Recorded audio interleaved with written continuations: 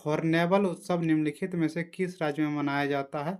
तो हॉर्नबिल उत्सव जो कि है नागालैंड में मनाया जाता है। ये क्वेश्चन एसएससी एमटीएस के एग्जाम पूछा गया इस बार।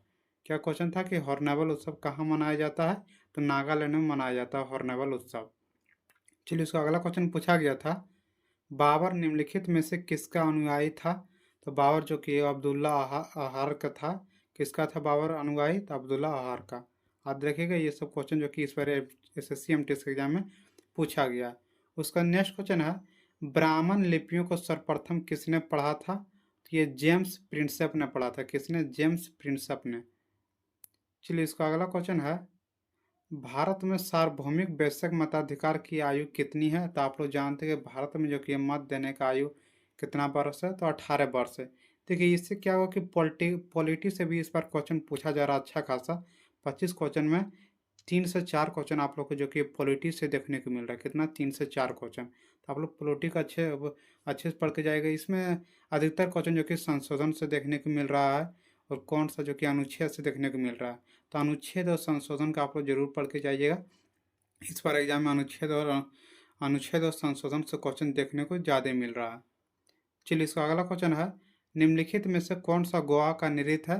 तो गोवा का नृत्य कौन सा है? तो फुगड़ा। फुगड़ा जो कि गोवा का नृत्य है। तो देखिए नृत्य से भी इस बार क्वेश्चन पूछा जा हर एक सीट में एक क्वेश्चन जो कि नृत्य से पूछा जा रहा है। तो आप लोग नृत्य को जरूर करके जाइएगा, क्योंकि देखिए हर एक बार हर एक सीट में जितना भी क्वेश्चन मैं करवा रहा हूँ तो हर एक बार देख रहा हूँ कि नृत्य से एक क्वेश्चन पूछा जा रहा कि कौन सा राज्य का सबसे प्रमुख नृत्य कौन सा है। तो ये सब क्वेश्चन आप लोग करके जाइएगा, इस बार एग्जाम में पूछा जा रहा है।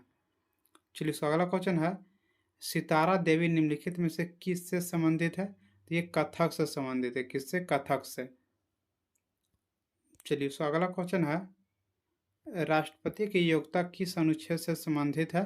तो राष्ट्रपति के योग्यता जो कि अनुच्छेद अनुच्छेद 59 से संबंधित है। किससे? अनुच्छेद 59 से। देखिए कितना आप लोग का पहले हम बताए थे कि अनुच्छेद और संशोधन से इस पर क्वेश्चन पूछा जा रहा। तो आप लोग अनुच्छेद और जो भी अनुच्छेद है और जो भी संशोधन हुआ है संविधान में, तो ये सब क्वेश्चन करके जाइएगा। इस बार एग्जाम में बहुत ज़्यादा पूछा जा रहा। आप लोग जानते हैं भारत में संविधान में कुल कितने अनुच्छेद हैं? तो 395 अनुच्छेद है। और यदि भाग के बाद पूछेगा तो भाग कितना हो जाएगा संविधान में, जो कि कुल 22 भाग है। और अनुसूचियाँ कितना है? तो अनुसूचियाँ जो कि 12 अनुसूचियाँ। कितना? 12 अनुसूचियाँ। तो ये सब क्वेश्चन जो कि बहुत इंपॉर्टेंट है, यहाँ से क्वेश्चन पूछा जा सकता है। और देखिए हर एक बार एक क्वेश्चन पूछा जा रहा है कि भाषा जो कि किस अनुसूची का संबंध है। तो भाषा जो कि 8वीं अनुसूची से संबंध है। किस पे? 8वीं अनुसूची से। ये क्वेश्चन इस बार एग्जाम पूछा जा रहा। और कुल कितने भाषा को मान्यता प्राप्त है? तो 22 भाषा को संविधान में जो कि 22 भाषाओं को मान्यता प्राप्त है। ये किस अनुसूची के द्वारा? तो 8वीं अनुसूची के द्वारा। तो ये सब क्वेश्चन करके जाइएगा, इस बार एग्जाम में बहुत ज़्यादा पूछा जा रहा। चलिए उसका नेक्स्ट क्वेश्चन है, वह नदी जिसे पश्चिम बंगाल का शोक कहा जाता है। पश्चिम बंगाल का शोक किस नदी को कहा जाता है?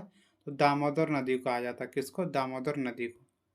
चलिए इसका अगला क्वेश्चन है, मनरेगा के अंतर्गत न्यूनतम कितने दिनों तक रोजगार प्रदान किया जाता है? तो 100 दिनों तक। 100 दिनों तक जो कि है न्यूनतम मनरेगा के द्वारा क्या रोजगार प्रदान किया जाता है। ये इसको कब लागू किया गया था? 2005 में लागू किया गया था। याद रखिएगा, हो सकता है इस बार एग्जाम में पूछ दें कि मनरेगा को जो कि कब लागू किया गया था। तो 2005 में लागू किया गया था। और ये जो कि 2005 में लागू हुआ था भारत में, इसके द्वारा क्या है कि कोई भी व्यक्ति को 100 दिनों का रोजगार की गारंटी दिया जाता है कि आप लोगों को जो कि 100 दिनों का रोजगार मिलेगा। किसके द्वारा? तो मनरेगा के अंतर्गत। चलिए इसका अगला क्वेश्चन है, नीली क्रांति निम्नलिखित में से किससे संबंधित है? तो नीली क्रांति जो कि है मछली उत्पादन से संबंधित है। किससे? मछली उत्पादन से। याद रखिएगा नीली क्रांति किससे संबंधित है? मछली उत्पादन से संबंधित है। उसका नेक्स्ट इससे की पॉइंट कुछ देख लेता हूँ जो आपके एग्जाम के लिए बहुत ही महत्वपूर्ण होने वाला है। मांस उत्पादन जो कि है नीली क्रांति से संबंधित है। उसका नेक्स्ट की पॉइंट है, अनाज और दलहन उत्पादन का संबंध हरित क्रांति से संबंधित है। किससे संबंधित है? हरित क्रांति से। उसका दुग्ध उत्पादन का संबंध किससे है? तो श्वेत क्रांति से है। दूध का उत्पादन जो कि किससे संबंधित है? तो श्वेत क्रांति से। चलिए इसका अगला क्वेश्चन है, वाराणसी में सेंट्रल हिंदू कॉलेज की स्थापना किसने की थी? तो एनी बेसेंट ने किया था। किसने? एनी बेसेंट ने वाराणसी में सेंट्रल हिंदू कॉलेज का स्थापना किया था। किसने? तो एनी बेसेंट ने। स्थापना से भी इस बार एक क्वेश्चन पूछा जा रहा है।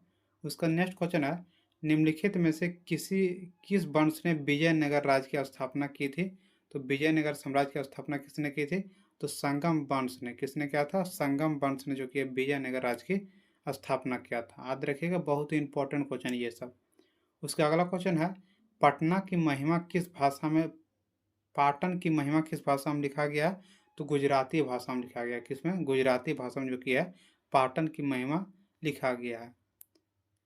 चलिए इसको नेक्स्ट क्वेश्चन है, हल्दी में पीला रंग किसके कारण होता है? तो ये करक्यूमिन के कारण जो कि हल्दी में पीला रंग होता है। तो ये सब क्वेश्चन आप लोग करके जाइएगा, बहुत ही इंपॉर्टेंट है ये सब क्वेश्चन।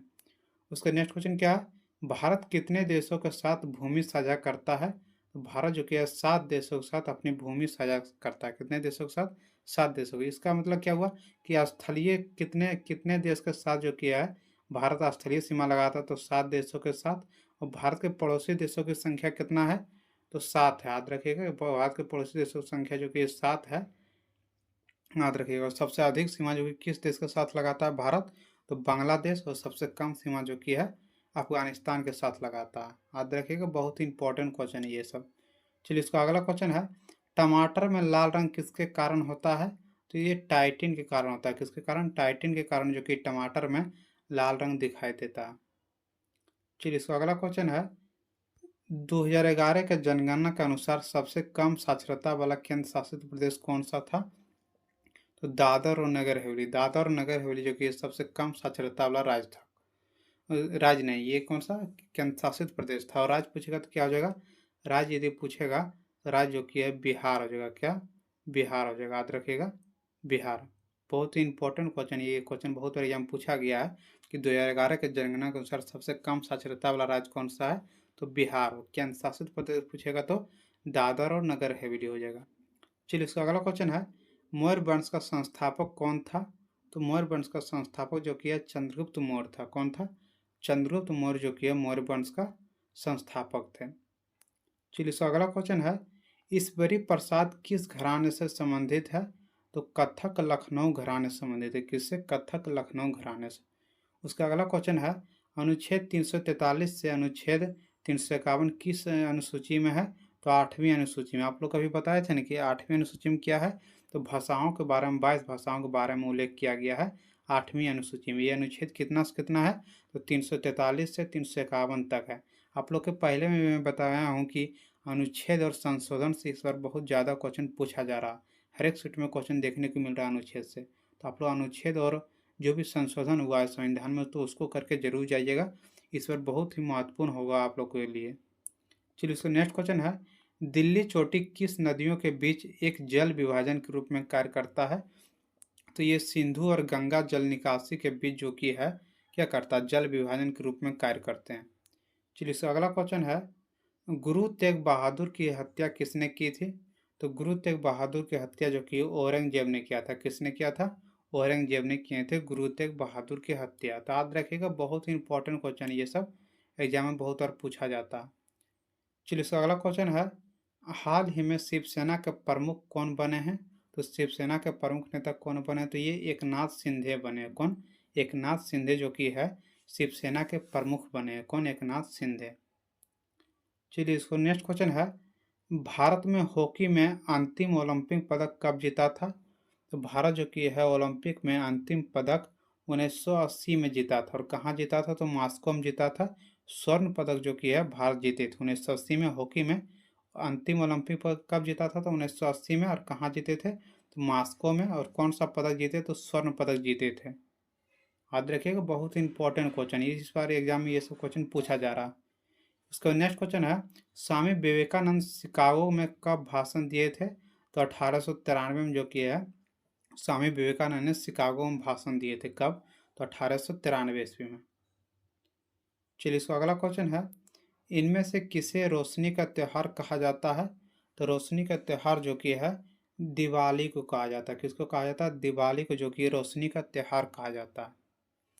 चलिए याद रखिए, देखिए त्योहार से इस पर क्वेश्चन पूछा जा रहा है। त्योहार, नृत्य, ये सब क्वेश्चन इस पर एग्जाम में पूछे जा रहे हैं। तो ये सब क्वेश्चन आप लोग करके जाइएगा। एक अनुच्छेद हो गया, एक कौन सा त्योहार हो गया, नृत्य हो गया। तो ये सब क्वेश्चन एग्जाम में पूछा जाता है।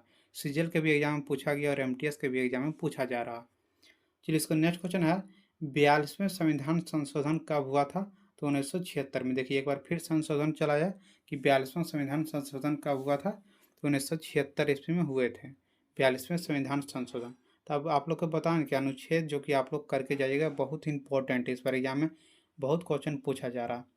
तो चलिए आज के वीडियो यहीं समाप्त करता हूँ। मैं जल्द ही सेकंड सीट का लाने वाला हूँ, तो आप लोग हमारे चैनल को जरूर सब्सक्राइब कर लीजिएगा।